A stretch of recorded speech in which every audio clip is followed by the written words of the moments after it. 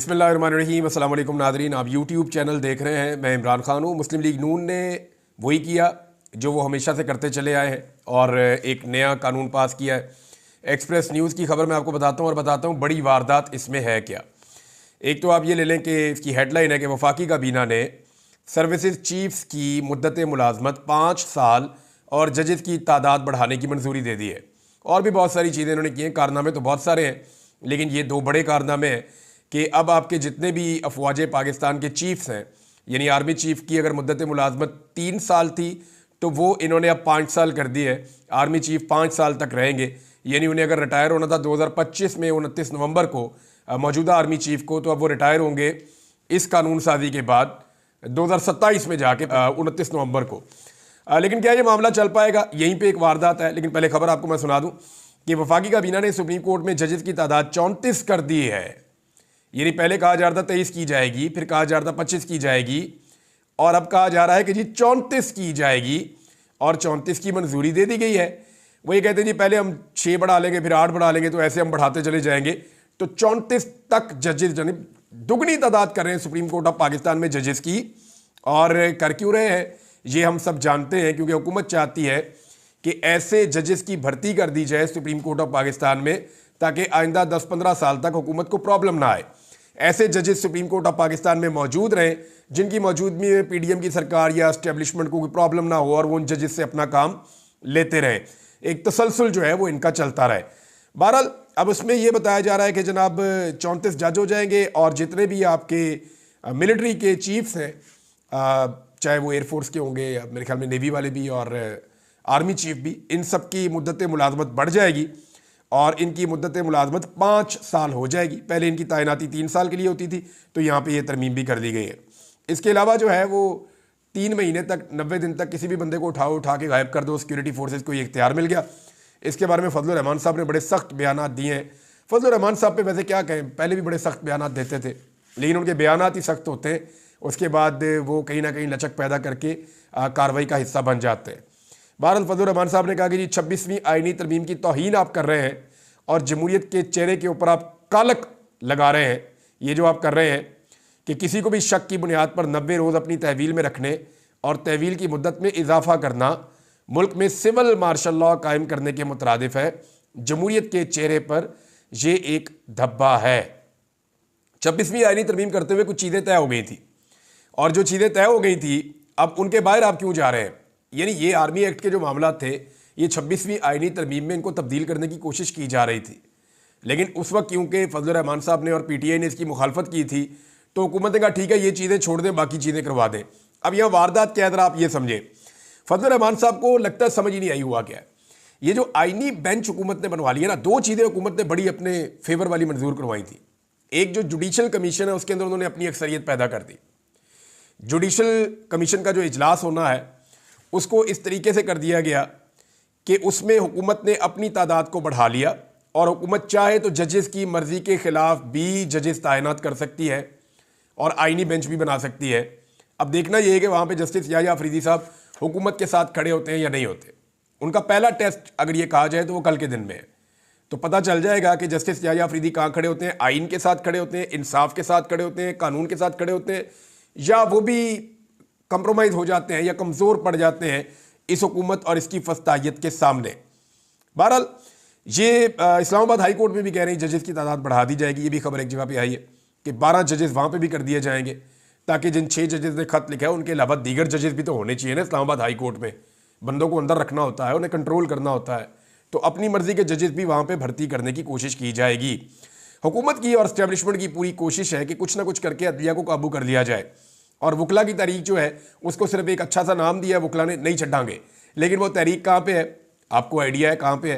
क्योंकि पाकिस्तान के वकला ने आज तक जो भी तहरीक चलाई है, देखें मैं ये उनकी तौहीन नहीं कर रहा, बहुत सारे वकीलों ने डंडे खाए, मारे खाई, उनका खून बहा, बल्कि कई वकला जो है वो शहीद भी हुए थे और वकला जो है बार बार गिरफ्तार हुए, उनके लिए बहुत मुश्किलात हुई। लेकिन फिर भी जब भी तहरीक चली उसके पीछे बहुत सारा पैसा इन्वॉल्व होता है और पैसे के बगैर चलती रही है। 2 चीज़ें होती हैं, या एस्टेब्लिशमेंट की मदद होती है और पैसा होता है। ये ना हो तो तहरीक हमने चलती हुई नॉर्मली देखी नहीं, और अगर चले तो उसको आगे बढ़ते हुए हमने नॉर्मली नहीं देखा। तो अभी नहीं छड्डांगे ये तो कह दिया वकला ने, लेकिन क्या वो इस सिलसिले को रोक सकते हैं? वारदात क्या है ये जरा समझिए। हुकूमत अगर अपनी मर्जी का आईनी बेंच बनाने में कामयाब हो जाती है और उनके पास एक ऐसा आईनी बेंच होता है जिसमें हुकूमत की मर्जी के मुताबिक चीज़ें होना शुरू हो जाती हैं, तो फिर हुकूमत सादा अक्सरियत से जो मर्जी कानून पास करती रहे इस असम्बली से, उसको चैलेंज करने के लिए आप कहाँ जाएंगे? उसको चैलेंज करने के लिए आप हमेशा जाएंगे अदालत में। सुप्रीम कोर्ट ऑफ पाकिस्तान में जाके आप चैलेंज करेंगे। तो जैसे ही आप सुप्रीम कोर्ट ऑफ पाकिस्तान में उसे चैलेंज करने जाएंगे तो ये एक आईनी मामला करार देकर आईनी बेंच के सामने भेज दिया जाएगा।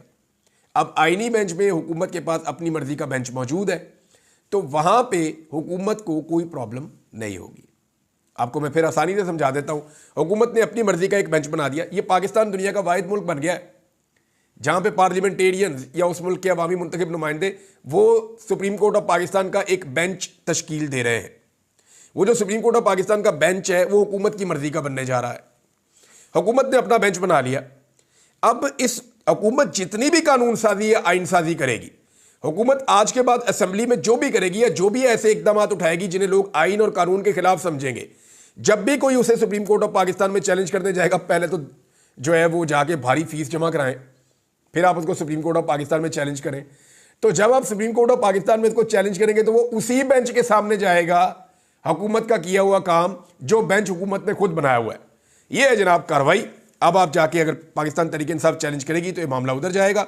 वैसे एक मामले में जो है वो ये रिमार्क्स भी आए कि कोई मामला जो है वो आईनी बेंच के बगैर इधर भी रहने दें। जस्टिस मंसूर अली शाह साहब ने गालिबन ये बात की है, लेकिन अब कोई फ़ायदा नहीं है। वकला की तहरीक भी अब अगर खड़ी होती है तो ऑलरेडी वो बहुत लेट है। लेकिन क्या ये सारी चीज़ें ऐसे ही चलेंगी? तो जवाब है कि नहीं। मेरे पास तो सादा जवाब ये है कि नहीं। पिछले 2.5 साल से सारा कुछ करके देख लिया, हर तरह की फस्तायत कर ली, बंदे उठा लिए, गायब कर लिए, टॉर्चर कर लिया, 10-20 हज़ार बंदा जेलों में डाल दिया। सारा कुछ करने के बावजूद IMF से पैसे मांग लिए, सब कुछ किया, क्या मुल्क चला? मुल्क के अंदर महंगाई पहले से ज़्यादा है, मुल्क की माशी हालत पहले से बदतर है, मुल्क के अंदर जो सरमायाकारी है वो तारीख की कम तरीन सतह पर पहुँच गई है, मुल्क के अंदर लॉ एंड ऑर्डर की सिचुएशन वो बदतरीन है। इस्लामाबाद के अंदर आज chief justice Islamabad high court ने कहा कि भत्ते की पर्चियाँ कराची की तरह इस्लामाबाद में मिल रही हैं। तो भाई ये सारी सिचुएशन मुल्क का बेड़ा गर्क ही हुआ है ना। तो 2.5 साल के तजर्बों में मुल्क का बेड़ा गर्क हुआ। अब तजर्बों में तेजी आई है, इसका मतलब है कि या तो ये पूरी तरह कंट्रोल कर लेंगे या फिर काम खराब हो जाएगा। उधर पाकिस्तान तहरीक इंसाफ ने फाइनल कॉल भी दी हुई है और उस हवाले से जो खबर आ रही है वो ये कि नवाज शरीफ साहब पहले ही पाकिस्तान से बाहर है, जरदारी साहब भी पाकिस्तान से बाहर है, सलमान शहबाज भी निकल गए पाकिस्तान से बाहर, जो वजीर आजम का सारा फैमिली का बिजनेस ये चीज़ें देखते हैं वो भी निकल लिए। अब ये सारे तो चले गए पाकिस्तान से बाहर। मरियम नवाज भी पाकिस्तान से बाहर जा रही है। हमाद अदर के बकौल बहुत जल्दी इसहाक डार भी चले जाएंगे। लेकिन मैं आपको एक चीज़ बताता हूँ, पिछली मरतबा जब ये भागे थे ना तो सबसे पहले इसहाक डार साहब भागे थे। इसहाक डार साहब बिल्कुल रिस्क नहीं लेते, वो कभी गिरफ्तार नहीं होना चाहेंगे। और जब इसहाक डार साहब निकल लिए तो फिर आप समझें सिचुएशन बदल गई है। फिर इसहाक डार साहब को जनरल बाजवा जो है वो मेहरबानी करके पाकिस्तान वापस लेकर आए और पाकिस्तानियों के ऊपर उनका जो एहसान है वो पाकिस्तानी कभी नहीं भूलेंगे। डार साहब ने मईशत का बेड़ा गर्क कर दिया और आजकल डार साहब जो है वो फॉरेन पॉलिसी के पीछे पड़े हुए हैं कि उसका बेड़ा गर्क कैसे करना है। अब आए जी, इमरान खान साहब का मेडिकल चेकअप हुआ। बिलाखिर बड़े लंबे चौड़े पाकिस्तान तहरीक इंसाफ के एहतजाज और बहुत सारी चीज़ें करने के बाद फाइनली अदालत ने बड़ी मुश्किल से इजाज़त दी। अब नवाज शरीफ साहब होते तो यही अदालत गारंटी मांगती थी, यही अदालत पूछती थी कि अगर मियाँ साहब को कुछ हो गया तो बताएं कौन जिम्मेदार है, कौन लिख कर देगा। ये अदालतों का रवैया था। आज इमरान खान को चेक करवाने के लिए, उसके चेकअप के लिए 2 हफ्ते से पाकिस्तान तहरीक इंसाफ और इमरान खान साहब की फैमिली टकरे मार रही है। डॉक्टर जेल के बाहर खड़ा होकर बाहर आ जाता है। नवाज शरीफ का डॉक्टर तो लगता है सोता भी नवाज शरीफ के साथ था जेल में, वो वहीं पे रहता था, जब देखते थे वहीं से निकल के बाहर प्रेस टॉक कर देता था। इधर इमरान खान का डॉक्टर मिलने के लिए कई दफ़ा गया और उसको मिलने नहीं दिया गया। बहरहाल आज इमरान खान साहब के डॉक्टर्स मिले।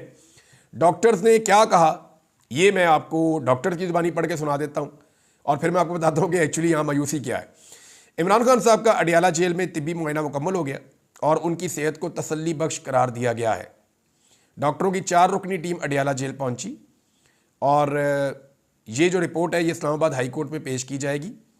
पिम्स अस्पताल के 3 डॉक्टर थे और शौकत खानम अस्पताल के डॉक्टर आसिम यूनस ये इसके अंदर मौजूद थे और इन्होंने तिब्बी मुआयना मुकम्मल कर दिया और इन्होंने कहा जी कि इमरान खान साहब की सेहत जो है वो तसल्ली बख्श है।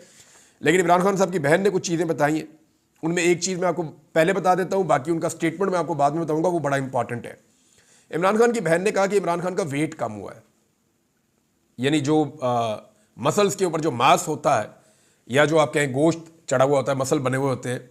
इमरान खान साहब मस्कुलर आदमी है, सारी ज़िंदगी उन्होंने वर्जिशें की है, ज़बरदस्त किस्म के स्पोर्ट्समैन है, अभी तक वो अपनी फिटनेस का ख्याल रखते हैं। गोली लगने के बावजूद जब मैं उनको एक दफ़ा मिला 2022 की बात है, जब इमरान खान साहब को गोली लगी थी, 2023 में मौसम बहार के बाद, यानी जब गर्मियाँ शुरू हो रही थी, तो मेरी इमरान खान साहब से एक मुलाकात हुई थी।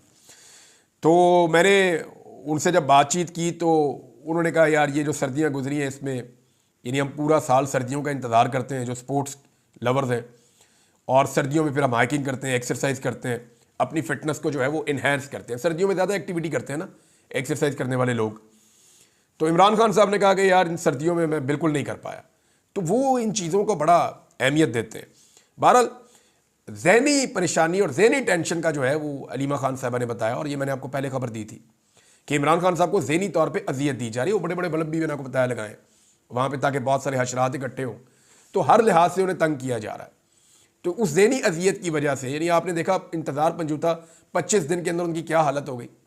जब मैं कैद से वापस आया था, आपको याद है, मेरा कोई 25 से 30 किलो वजन कम हो गया था। ये जो कैद तन्हाई होती है ना, ये बहुत बड़ी ज़हनी अजियत होती है जब आपको बाहर से कोई इन्फॉर्मेशन नहीं आ रही होती। तो मेरे साथ ये हुआ था, मेरा बहुत तेज़ी से वजन गिरा था। इमरान खान साहब लगता है इस तरह के मसाइल का उनको शिकार किया गया है, और ये जो 10-12 दिन उनको अंदर बंद रखा गया लगातार, 5 दिन लाइट बंद रखी गई, और जिस किस्म का उनको ज़हनी टॉर्चर किया जा रहा है, इसमें आदमी के मसल्स का कमज़ोर हो जाना या उसका वज़न गिर जाना, ये एक नॉर्मल चीज़ है। भारत इमरान खान साहब के डॉक्टर ने कहा इमरान खान साहब की सेहत ठीक है। अब ये बड़ी सख्त ज़हनी अजियत है इमरान खान साहब के मुखालिफिन के लिए, यानी सारे के सारे रवायती सियासतदान हैं, उनकी एक ख्वाहिश है कि इमरान खान किसी तरह मेडिकल ग्राउंड के ऊपर रिलीफ मांग ले। ये इमरान खान को रिलीफ दे भी देंगे, मुझे आइडिया है, क्योंकि इमरान खान ने अगर मेडिकल ग्राउंड के ऊपर रिलीफ मांगा, अब तक तो उन्होंने नहीं मांगा, अब तक तो वो डट के खड़े हुए हैं। और इतनी ज़्यादा उम्र होने के बावजूद, 70+ है, इतनी ज़्यादा उम्र होने के बावजूद अगर एक आदमी टूट नहीं रहा और मेडिकल ग्राउंड के ऊपर बाहर आने को तैयार नहीं है, या मेडिकल ग्राउंड लेने को ही तैयार नहीं है, और आज भी डॉक्टर अंदर जाते हैं और वापस आकर कहते हैं कि ही इज़ फिट, यानी उनकी जो है वो सेहत ठीक है, तो इसका मतलब क्या है? इसका मतलब ये है कि उनके मुखालिफिन के लिए ये ख़तरे की घंटी है। और इमरान खान साहब जो है वो किसी किस्म का, कुछ लोग कह रहे थे ना कि डील ले लेंगे, मेडिकल ग्राउंड्स तैयार हो रही है, जाके मुंह तो लौण, यानी इनको शीशे में अपनी शक्ल देख के शर्म भी नहीं आती कि ये उठा के झूठ बोल लेते हैं। मैं आपको पहले दिन से बता रहा हूं कि इमरान खान का जब तक कोई जेन्युइन मसला नहीं होगा, तब तक वो कभी भी किसी किस्म का मेडिकल रिलीफ नहीं लेंगे। और इमरान खान साहब नवाज शरीफ नहीं है कि प्लेटलेट्स नीचे कर दिए और बीमारी का बहाना बना दिया, या शर्जील इनाम मेमन या जरदारी साहब जो फौरी तौर पे अभी ठीक चलते हैं, जैसे ही उनके केसेस लगते हैं या अदालत या जेल, वो साथ ही व्हील चेयर के ऊपर बैठ जाते हैं। तो ये इस तरह नहीं होगा। इमरान खान साहब को आप इस हालत में नहीं देख सकेंगे। बुशरा बीबी अदालत में पेश हुई और वहाँ पे आप दीदा हो गई, और उन्होंने जज साहब से 2-4 बातें भी की। देखिए उनके साथ, उनके शौहर के साथ ज़्यादती हो रही है। बुशरा बीबी को कहा भी ये जा रहा है उनकी पार्टी की तरफ से कि आप थोड़ी हिम्मत करें और अब आप थोड़ा सा इमरान खान साहब की रिहाई के लिए जद्दोजहद का हिस्सा बने। पॉलिटिक्स तो उन्होंने कर दी नहीं है इमरान खान साहब के बकौल, ना वो खुद सियासत का हिस्सा बनना चाहती हैं, लेकिन इस मामले में कि इमरान खान साहब की रिहाई के लिए एफर्ट की जाए, तो जैसे सारे पाकिस्तानी कर रहे हैं वैसे ही बुशरा बीबी को भी करना चाहिए। उन्होंने कहा जी यहाँ नाइंसाफ़ी होती है, अब इस अदालत में नहीं आऊँगी, मेरा सामान पड़ा हुआ है गाड़ी में, मेरा कंबल भी पड़ा हुआ है, दीगर सामान भी पड़ा हुआ है, अगर आप मुझे जेल भेजना चाहते हैं तो मैं यहाँ से जेल चली जाती हूँ। तो इस किस्म की बातें उन्होंने की। बहरहाल उनका जो फैसला है वो महफूज हुआ था, पता चल जाएगा कि फ़ैसला क्या आता है। अलीमा खान साहिबा ने जो स्टेटमेंट दिया वो मैं आपके सामने रख देता हूँ। अलीमा खान साहबा ने कहा कि हमारी नज़र में इमरान खान की ज़िंदगी खतरे में है, डील की बातों में कोई सदाकत नहीं है। इस्लामाबाद में मीडिया से गुफ्तगू करते हुए अलीमा खान साहबा ने कहा कि बानी पीटीआई अब एक ही चीज़ पर कायम है कि अब इंसाफ के लिए इनकलाब लाना पड़ेगा। हमें मालूम है ये हमें जेल में डालेंगे, धमकियाँ आती हैं, हम पर 10 FIRs हैं, हम पर 5 तारीख की FIR है, लेकिन 4 तारीख को उठा लिया गया था। उन्होंने कहा कि घरों में घुसकर 10-10 साल के बच्चों को घसीटा जा रहा है। नए चीफ जस्टिस से अपील है इन मामलात का नोटिस लें। मुल्क में लाकानूनियत बंद ना हुई तो कहीं लोग सड़कों पर कानून हाथ में ना ले लें। हमारी नज़र में बानी पीटीआई की ज़िंदगी खतरे में है। अलीमा खान का कहना था कि इमरान खान ने कहा है वो डील कर रहे हैं, ना उनके पास कोई आया है, ये सिर्फ क्यास आराइयाँ हैं। इमरान खान डील कर रहे हैं, बानी पीटीआई किसी चीज़ पर समझौता करने के लिए तैयार नहीं है, यानी कोई डील नहीं कर रहे। उन्होंने मजीद कहा कि रोज़ाना कोई ना कोई खुशखबरी आ जाती है कि इमरान खान निकल रहे हैं। हमें मालूम है इमरान खान को जेल से निकालने का कोई इनका इरादा नहीं है। पुरअमन एहतजाज हमारा हक है, हम बानी पीटीआई को जेल से निकलवाएंगे। इस मौके पर सलमान अकरम राजा साहब ने भी मीडिया से बातचीत की। उन्होंने कहा कि ये वो लम्हा है जब हम वाकई अपनी आज़ादी हासिल कर सकते हैं। अगर आज हम उठ खड़े ना हुए तो एड़ियाँ रगड़ते मर जाएंगे। चादर चार दीवारी का कोई तकद्दुस नहीं है। बानी पीटीआई ने आज पूरी कौम से इल्तिजा की है। सलमान अकरम राजा का मजीद कहना था कि हम 9 तारीख को स्वाबी में जलसा कर रहे हैं। 9 तारीख एक नई इब्तिदा होगी। ये कोई सियासी खेल नहीं, बका की बात है। हम सबको अपनी आज़ादी के लिए बाहर आना होगा। हमारी ये तहरीक बानी पीटीआई की रिहाई पर इख्तिताम पजीर होगी। जनाब, ये बात की है अलीमा खान साहबा ने और इमरान खान साहब की पार्टी के सेक्रेटरी जनरल जनाब सलमान अकरम राजा साहब ने। देखिए, एक चीज़ तो बड़ी कंफर्म होती जा रही है कि जो स्वाबी वाला एक एपिसोड करने जा रही है पाकिस्तान तहरीक इंसाफ, अगर स्वाबी के अंदर जलसा करना है और उस जलसे के इख्तिताम में अली अमीन गंडापुर साहब ने ये ऐलान करना है कि जी अब आप डिस्पर्स हो जाएं और लोग वापस अपने घरों को चले जाएं और हम आपको अगला लायामल देंगे, तो फिर तो ये एक लंबा मैच, टेस्ट मैच चलेगा और देखते हैं फिर मोमेंटम कैसे बनता है। लेकिन अगर स्वाबी में पाकिस्तान तहरीक इंसाफ बैठ जाती है और अपनी मतलूबा तादाद पूरा करना शुरू कर देती है कि बंदे आओ जी स्वाबी में पहुंचो सारे, और लोग जोक दर जोक स्वाबी में पहुंचना शुरू कर देते हैं और वहां पे अवाम का एक बहुत बड़ा सैलाब इकट्ठा करके ये इस्लामाबाद की जानिब बढ़ते हैं, तो सिचुएशन तब्दील हो जाएगी। फिर आप जितनी मर्जी आईनी तरमीमें कर लें, जितनी मर्जी कानून साजियाँ कर लें, वहाँ हसीना वाजिद ने भी बेशुमार कानून साजियाँ की हुई थी, बेशुमार आईनी तरमीमें की हुई थी, बहुत सारे अपने बंदे लगाए हुए थे, सारी की सारी भर्तियाँ अपने घर की हुई थी। तो हसीना वाजिद का बहुत कंट्रोल था बांग्लादेश में। लेकिन जब अवाम खड़ी होती है, ख़ासतौर पे नौजवान, तो सारा कुछ धड़ा रह जाता है। अब डिपेंड करता है कि पाकिस्तान तहरीक इंसाफ की क़यादत इस मरतबा अवाम को अकेला छोड़ती है या अवाम के साथ डट कर खड़ी हो जाती है। देखिए, पिछली मरतबा तो ये था ना कि जनाब वो MNAs को छुपाना है, आईनी तरमीम हो रही है। अब तो ये भी मामला नहीं है। और दूसरा, क्योंकि अली अमीन गंडापुर साहब को अब मेरे ख्याल में एक बड़ा सबक हासिल हो गया है कि भरोसा सिर्फ अपने लोगों पे करना है और भरोसा सिर्फ अवामी ताकत पे और अल्लाह रब्बुल इज़्ज़त पे करना है। अब तक के लिए इतना ही। अपना ख्याल रखिएगा, अपने चैनल का भी। अल्लाह हाफ़िज़।